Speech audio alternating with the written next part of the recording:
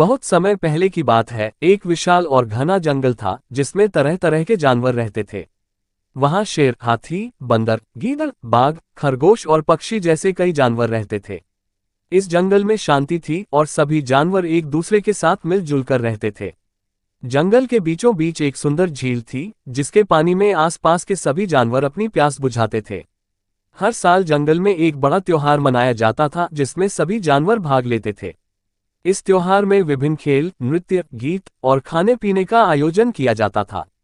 यह त्योहार जंगल के सभी जानवरों के लिए एक खास मौका था जिसमें वे अपने दोस्तों के साथ मस्ती करते और एक दूसरे से मिलते थे। लेकिन इस साल त्योहार से कुछ दिन पहले एक बड़ी समस्या आ गई। जंगल के राजा, शेर राजा, ने सभी जानवरों को सूचना दी कि झील का पानी धीरे धीरे सूख रहा है।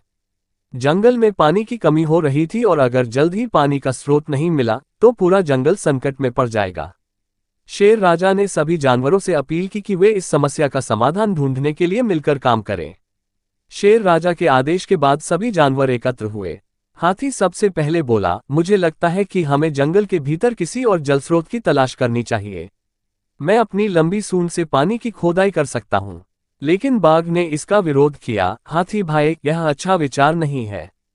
इस जंगल में इतनी बड़ी सूंड से खोदाई करना खतरनाक हो सकता है। हमें कोई और तरीका सोचना होगा।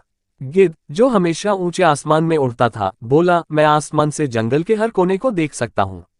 शायद कहीं और पानी का स्रोत हो। मैं उड़कर देखता हूँ। सभी जानवरों ने गिद्ध की बात मानी और वह आसमान में उड़ गया।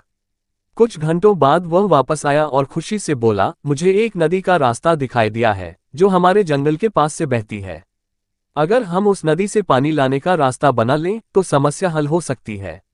ये सुनकर सभी जानवर बहुत खुश हुए। अब समस्या का हल मिल चुका था।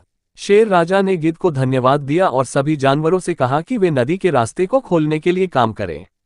हाथी ने अपनी लंबी सूंड से जंगल में रास्ता बनाने में मदद की। बंदर अपने नाजुक हाथों से शाखाओं को हटा रहे थे, जबकि खरगोश अपनी तेज दौड़ का उपयोग कर जमीन को खोदने में मदद कर रहे थे। सभी जानवर मिलकर काम कर रहे थे और कुछ ही दिनों में नदी का रास्ता खुल गया। अब नदी से पानी लाना बहुत आसान हो गया था। सभी जानवरों ने मिलकर काम किया और नदी के पानी को झील तक लाने का रास्ता बना लिया।